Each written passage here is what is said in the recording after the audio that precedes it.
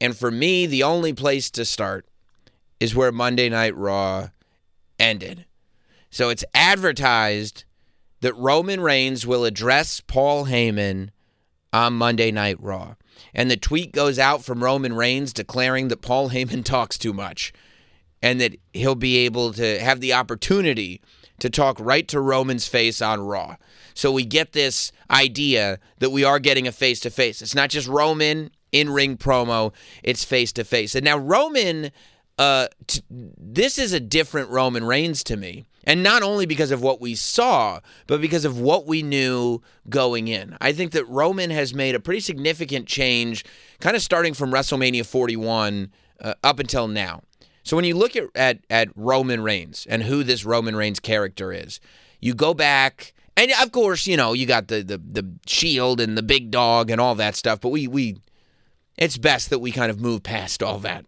Let's start with the modern incarnation of Roman Reigns. We were talking about it yesterday, that 2020 wreck 'em and leave or whatever, when he returned and Paul Heyman was revealed as the man by his side and the bloodline started to be built. That's where we begin with this version that we have now of Roman Reigns. And the fact that it was unthinkable at this point that Paul Heyman would be by Roman Reigns' side. This is going back to 2020. The 5-year journey that Roman has been on is nuts.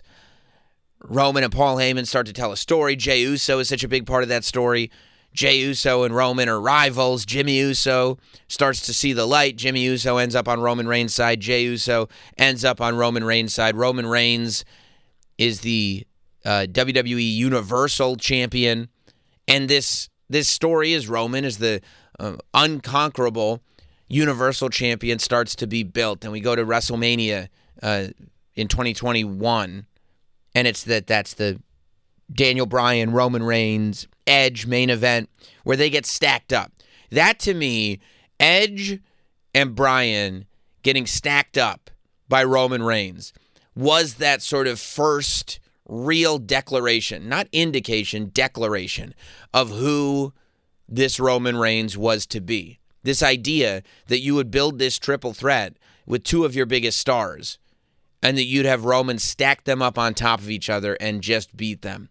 It kind of lets the world know this is where we're going with this version of Roman Reigns. And coming off of that is where the bloodline really starts to be built and starts to gain power. And you have Roman and the Usos and Paul Heyman.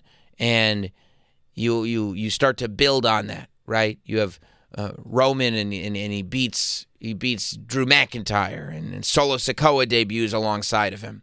And Sami Zayn and his friendship with the Usos becomes part of this bloodline story. And Sami Zayn goes from being a conspiracy victim to a full-on member of the bloodline. Roman beats Brock Lesnar and he becomes the both champions. The undisputed championship and the WWE championship are merged into one title for Roman Reigns. And we see Roman Reigns and the bloodline with absolute power. And this is where Roman, in his pursuit for power, he was a full-on villain. But once he has gained all the power, that's where he becomes fully corrupted. That's where he starts to earn resentment, not just from his opponents, not just from everybody that he's beating, but also from the people in his family that don't like the way they're being treated, the Jey Usos of the world. The Sami Zayns of the world. Sami Zayn being that first member of the bloodline to leave the group. Sami turning on Roman Reigns, but doing it in such a way where Sami is the hero for turning on Roman Reigns, and you go into Elimination Chamber with that Sami Zayn-Roman match. And now Roman is in this position where his character is still this sort of corrupted, all-powerful character that feels entitled to all the power that he's got. And Sami Zayn represents this idea that people are not loyal to him, even though Roman, as this corrupted villain, is not earning loyalty. He feels entitled to this loyalty. And you get to WrestleMania 39, and you got Roman and Cody, and people feel like, this is the foundation of the bloodline is cracking, and it's based on this idea that Roman is expecting loyalty that he's not necessarily receiving, and boom, Roman beats Cody. And the year from WrestleMania 39 to WrestleMania 40, you've got Roman Reigns and you've got the bloodline, but now you've lost Jey Uso. Now you're starting to see this bloodline shrinking. You're seeing Roman start to wrestle less. You're seeing him appear less on television as you start getting closer and closer to WrestleMania 40. And you finally get to WrestleMania 40. And that's when it happens. The trigger gets pulled. Roman does not beat the record of Hulk Hogan's record of the amount of time spent with the WWE Championship. Cody Rhodes wins the match. And now you've gone from this Roman who had realized his strength to this Roman who was on the pursuit of power, to this Roman that had all the power. Now you've got a Roman Reigns that's dealing with the consequences. And again, this is told over the course of years. But you've got this Roman Reigns that's dealing with the consequences not only of his actions, but the consequences of no longer having the power that you once had. And if you don't have that power, if you don't have that title, if you don't have that bloodline, what do you have? And we see Solo's bloodline rise up on SmackDown, and the Tongans come in, and Jacob Fatu come in, and basically Roman spends the next year between WrestleMania 40 and WrestleMania 41 cleaning up his mess that he made as the tribal chief. He cleans up his mess. He's trying to get things right with Paul Heyman. He's trying to build a War Games team that he's really having difficulty building because he hasn't earned loyalty from anybody in or outside of the bloodline. He's forming this complicated relationship with Cody Rhodes where they will team, but he still wants what Cody Rhodes has and resents the fact that Cody Rhodes was the one to take it from him. And finally, by January of this year, when Roman Reigns beats Solo Sikoa for that Ulafala and is declared the tribal chief, Roman Reigns is able to take his position. Roman Reigns has cleaned up the mess. Roman Reigns has moved past it. And he goes to the Royal Rumble and he loses the Royal Rumble. And then on this road to WrestleMania, the one last thing that I'm not sure everybody saw coming is Roman loses Paul Heyman. For the first time since 2020, Roman Reigns enters WrestleMania 41 alone. Roman Reigns is not wearing red. He's got the Ulafala on, but his glove is black and white. His pants and his boots are black. Roman is no longer bloodline Roman Reigns. Roman is something different. And Paul Heyman is not in his corner because he's in CM Punk's corner. Paul Heyman does the unthinkable. He turns on both Roman Reigns and CM Punk, and now you're left with this Roman Reigns who has absolutely nothing that he had before. However, what's happened in this journey is he's earned the fans, and he started to, I think, have some gratitude for what he had with him and what he still has with him. And to me, that is the Roman Reigns. This post-WrestleMania 41, post-Paul Heyman, post-Bloodline, and not cleaning up the mess of the Bloodline, fully post-Bloodline Roman Reigns is the Roman Reigns that we saw on Monday Night Raw. And he had a microphone for the very first time. Paul Heyman comes out along with Braun Breaker and Bronson Reed, and Heyman says that he has a lot to get off his chest before he comes out, and then boom, the music hits. Paul Heyman won't be getting anything off his chest because here comes Roman Reigns. Roman interrupts, and Paul Heyman takes an interesting tact, right? Paul Heyman says that Seth is going to be gone for a long, long time. And so that leaves an opening, he says to Roman Reigns. That leaves an opening for a leader in this group that Paul Heyman has created. He looks at Roman Reigns and says, you'll always be family because, and then he almost says it in like a way that is directly to get under Roman's skin. He almost says it in a way that you know he's lying to your face. But he says, because I love you, my tribal chief. And you know if you're Roman Reigns, you're being lied to, that Paul Heyman is up to tricks. And it's interesting because Paul Heyman is offering Roman Reigns Seth Rollins' spot here. Maybe he knows Roman's not going to accept. Maybe that's the strategy, knowing that Roman is not going to say yes to it. But he's still offering Seth Rollins' spot to Roman Reigns, which you would think Seth Rollins somewhere, somehow, would have a problem with. Braun Breaker and Bronson Reed are in the background, and they're not flinching. Cody Rhodes talking about not flinching. They are not flinching. They're not looking at each other going, what do you mean Roman's going to join our group? Like they're part of this plan, whatever the plan is. Paul Heyman says, we can fix this. And then Roman Reigns takes a moment, finally has that microphone, and requests that Houston, Texas acknowledges him. And when Houston does, AJ puts his finger up, I put my finger up, and Paul Heyman shoots his finger right up in the air like he's in the bloodline. And as Roman Reigns is talking and staring daggers into Paul Heyman, you see that finger, it was almost pathetically quivering down Paul Heyman's side, realizing this ain't it. This ain't happening. And I don't know what the idea was here. I don't know what the plan was here. I don't know if it was mind games. Who knows? But Paul Heyman puts his finger down and Roman defines what we're looking at. And he says, you talk about, me being a leader, he says. I would once say those were wise words from a wise man, except you're not a wise man anymore. You're just a dumbass. And now we see Paul Heyman, who is no longer the wise man, calls himself the Oracle, but in some circles he's known as the dumbass. This upsets Braun Breaker greatly. He doesn't like Paul Heyman being called a dumbass, but that doesn't bother Roman Reigns at all. Roman Reigns warns Braun Breaker and starts talking about the fact that Paul Heyman took all the credit. That once you're the man, Paul Heyman is going to take all the credit because that's what he does.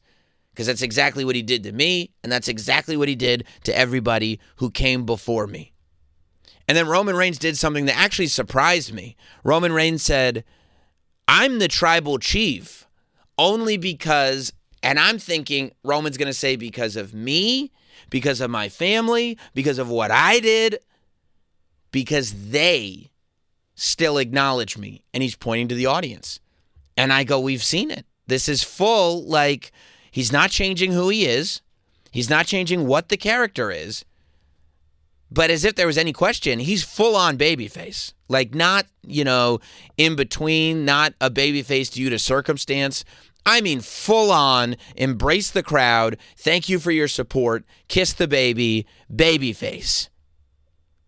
And that surprised me that he was kind of taking a moment to give, because he would never give credit to anyone but himself. Remember that great promo on the way to the match with Logan Paul, I believe? That's my ring. That's my camera. These are my seats. Those are my people. Now he's acknowledging, for lack of a better term, that these people made him. He goes, the OTC used to be the champion, he says. He was the greatest champion that ever stepped foot in this ring. And the fans cheer. They go, yeah, we agree. Now, that's a large debate to be had, but honestly, Roman is on the short list just in terms of title length. If John Cena gets to be the GOAT simply because he held the title 17 times and that beat Ric Flair's record, then I think you got to put Roman Reigns on a list for length of time spent with the championship and the fact that he did it in the modern era. You know how you have to adjust movie grosses for inflation? That technically movies that didn't make as much money, 50 years ago, made more because of inflation. I think you could do that reverse with days spent as champion in the modern era. Adjusted for inflation, Roman did great. He said that he was the greatest champion of all time, and that Heyman had a part in him becoming champion, but not in him keeping it. And this is the second time Roman surprised me with this promo, because he said Heyman had a part in it, but the people that helped Roman keep the title were the Usos. And everybody's chanting, yeet, yeet, yeet. And Roman giving credit to the Usos, that's not a thing old Roman would have done. And then he says, Solo. And I went, whoa, that's the part that took me aback. Because this isn't any longer about, well, Solo didn't help me because now we're enemies because we had a grudge match and he has this other group and nope. We're telling the truth in this story that Solo is a member of the family. Solo is bloodline. Solo was the enforcer. Solo did help Roman Reigns win all those matches. And I think part of this version of Roman Reigns and part of where the confidence in this version of Roman Reigns comes from is that he knows he's telling the truth. And that's kind of his mission statement. He's going to go out there and he's going to tell the truth. And so he's giving Solo Sikoa credit for what Solo did, regardless of if they're on the same page or not. And then he brings up Sami Zayn as well. He said even Sami helped. But not Paul Heyman, as he said, because look at him. Which, I mean, yeah, I guess physically. But there's mental aspects of this game, too. And then he responds to other accusations that Paul Heyman has made. Paul Heyman, saying that Roman, tucked his tail and went home. But Roman Reigns said that he did not tuck his tail, that he went home to raise the future, to continue to raise the future of the bloodline. Roman Reigns has 5 kids. I mean, we can get 2 of them, 3 of them in WWE? I don't know. But Roman Reigns sets that up to say that you thought that you could control the bloodline. But the bloodline's not a faction. It's not a wrestling group, he says. The bloodline is God's work. And everybody goes, yeah. I mean, this is a plow through a brick wall type of speech. And the fact that Roman is bringing Solo Sikoa up and the Usos and all this stuff is all to say that now when Roman talks about the bloodline, he's not talking about a faction that he's leading. He's not talking about a group that he's aligned with. He's talking about the literal bloodline. He's talking about the Anoa'i Samoan dynasty. He's talking about the actual family. And then he talks about what bothered him, what really bothered him about Heyman. And this was another thing that was so key. Roman was on another level last night on Raw. Roman, it was to stand in the ring with Paul Heyman. And of course, if anybody can stand in the ring with Paul Heyman and go, promo for promo, it's Roman Reigns, who spent years, not just on screen, but off screen with Paul Heyman, weaving this amazing story that we're still talking about to this day. But the idea that Paul Heyman, maybe, on the very short list of best talkers in the history of professional wrestling, is just standing silently, and Roman Reigns is the one commanding all this attention, was amazing. And Roman clarifies, he didn't answer everything, but he answered a lot. He clarifies what really bothered him.